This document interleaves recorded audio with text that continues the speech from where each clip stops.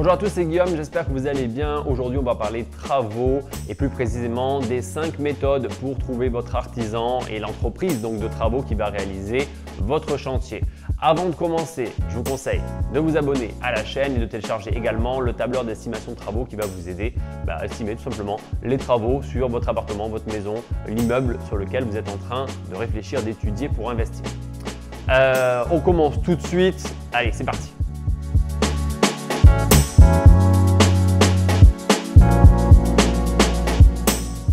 La première des méthodes finalement pour trouver un artisan, une entreprise de travaux pour réaliser votre chantier, c'est tout simple, c'est tout bête, c'est vieux comme le monde, c'est les pages jaunes. Les pages jaunes tout simplement, vous allez sur le site internet des pages jaunes, vous tapez plaquiste, vous tapez électricien, plombier. Donc ça c'est la première méthode, c'est les pages jaunes, c'est tout simple, mais bon en même temps il fallait y penser. La deuxième méthode, celle-là on n'y pense pas souvent, c'est d'appeler la mairie, d'accord? En appelant les mairies des différentes villes, vous allez parler aux responsables travaux, ce genre de choses, qui peut parfois, d'accord, c'est pas tout le temps, qui peut parfois vous conseiller. Alors peut-être je vais modifier ce terme, pas forcément conseiller, mais vous donner une liste d'entreprises avec qui ils ont l'habitude de travailler. Voilà, ils ne peuvent pas forcément vous recommander parce qu'ils ne sont pas apporteurs d'affaires pour cette entreprise et ils ne peuvent pas donner un nom plutôt qu'un autre, mais ils peuvent vous donner une liste des entreprises qui sont sur le secteur, qui travaillent éventuellement avec la mairie. Donc ça peut vous donner une idée, on va dire, des entreprises que vous pouvez appeler. Des fois, ces entreprises-là, elles ne seront peut-être pas sur les pages jaunes, tout simplement, ou elles ne seront peut-être pas sur la ville en elle-même, d'accord? Elles seront peut-être un peu éloignées et vous n'aurez pas pensé à regarder. Ça peut vous donner une idée, d'accord? Encore une fois, ce n'est pas ça qui va dire que l'entreprise est forcément de qualité. Il y a sûrement des entreprises qui travaillent pour les mairies qui ne sont pas bonnes du tout, mais ça peut vous donner déjà une idée des entreprises qui travaillent, qui ont du travail et qui fonctionnent en local. Donc ça, c'est quand même important. Donc c'est la deuxième méthode, c'est de demander tout simplement d'appeler la mairie et de leur demander. Des fois, ils ne vous diront rien, mais des fois, ils vous donneront quelques noms et ça vous fera un bon début. La troisième méthode, vous ne pouvez pas le faire au téléphone, il faut se déplacer, c'est tout simplement d'aller demander aux commerçants. Quand vous allez dans une ville, vous allez au café par exemple, vous discutez un petit peu avec le mec du café, généralement ça marche très bien avec eux, et vous expliquez, vous êtes en train d'investir, vous cherchez des produits dans le secteur, que vous cherchez du coup des artisans. Et eux auront certainement des contacts, puisqu'ils sont quand même en relation avec beaucoup de gens tous les jours, et ils connaîtront ces gens qui sont implantés en local, généralement depuis plusieurs années, et donc ils vont vous donner des contacts en disant tiens, appelle-le de ma part. Voilà, c'est un mec qui bosse bien, ou vous pourrez même éventuellement demander l'avis des produits que vous avez trouvés sur les pages jaunes ou avec la mairie. Demandez l'avis en disant écoutez, j'ai contacté telle entreprise voilà, pour le rencontrer, vous les connaissez, vous en pensez quoi éventuellement? Voilà.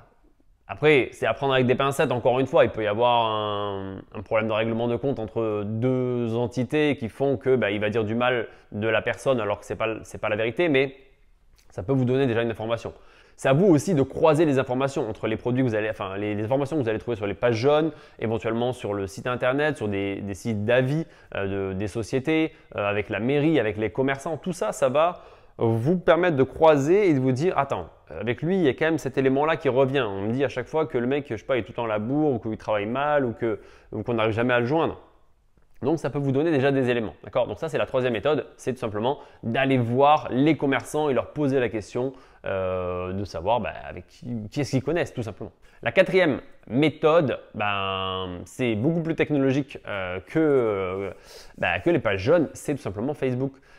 Aujourd'hui, avec Facebook, vous avez des groupes d'immobilier, ce genre de choses, ou même sur votre page à vous, il vous suffit de poser la question et de demander, qui connaît dans tel secteur un plaquiste ou un bon artisan pour tel ou tel élément, et vous pourrez trouver peut-être quelqu'un qui va vous conseiller quelqu'un d'autre. Voilà, le bouche à oreille, c'est ce qui marche le mieux pour une entreprise. Déjà, et ce qui est peut-être le plus sûr en termes de qualité d'entreprise. Voilà. Si moi aujourd'hui quelqu'un vient me voir en me disant Guillaume, est-ce que dans ta ville tu connais quelqu'un qui travaille bien à un prix correct pour faire telle opération, j'ai pas de raison de lui donner un nom qui ne soit pas une bonne personne. Soit je lui dis non, je connais personne, soit je lui donne le nom de la personne avec qui j'ai l'habitude de travailler. Il y a des gens qui Alors, c'est toujours compliqué parce qu'il y a des gens qui ne voudront pas vous dire, d'accord? Moi, pendant longtemps, par exemple, je ne donnais pas les coordonnées des artisans avec qui je travaillais parce que après, ils se retrouvent à avoir beaucoup d'appels, ils se retrouvent débordés et finalement, c'est mes chantiers qui vont souffrir finalement de ce, on va dire, de ce surplus de travail qu'ils pourraient avoir. Donc, en tout cas, ça peut être une solution, simplement d'aller sur Facebook et de poser la question. Voilà, poser la question, qui est-ce qui connaît un plaquiste, un électricien ou un plombier? Bon, la dernière méthode, bien sûr, je vous ai laissé la meilleure pour la fin. C'est la 5e méthode.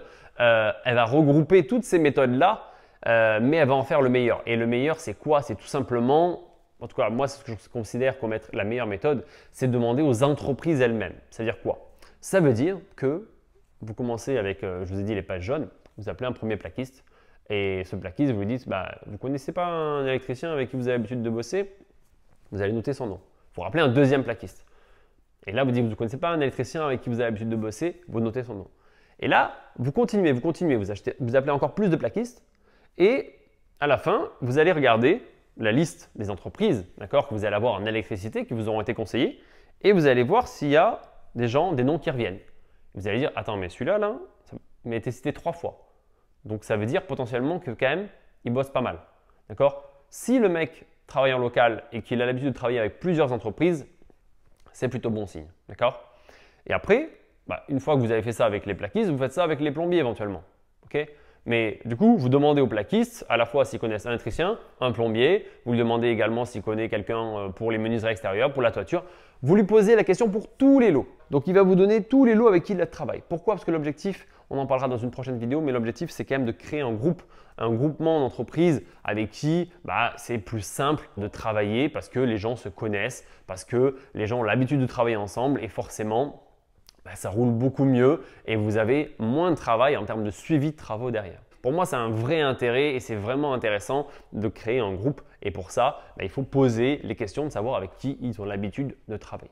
Bon, en tout cas, j'espère que ces 5 méthodes vous aideront vraiment à trouver l'artisan parfait, on va dire, pour votre prochain chantier. En attendant, si la vidéo vous a plu, n'hésitez pas à laisser un pouce et mettre un petit commentaire si vous avez vous aussi une méthode peut-être différente que la mienne. Il y a peut-être des sites internet spécifiques justement avec qui vous avez l'habitude de travailler pour chercher des artisans. Donc n'hésitez pas à le mettre dans les commentaires. En attendant, abonnez-vous, le petit pouce bleu et n'oubliez pas de télécharger votre tableur d'estimation de travaux pour vous aider à estimer les travaux.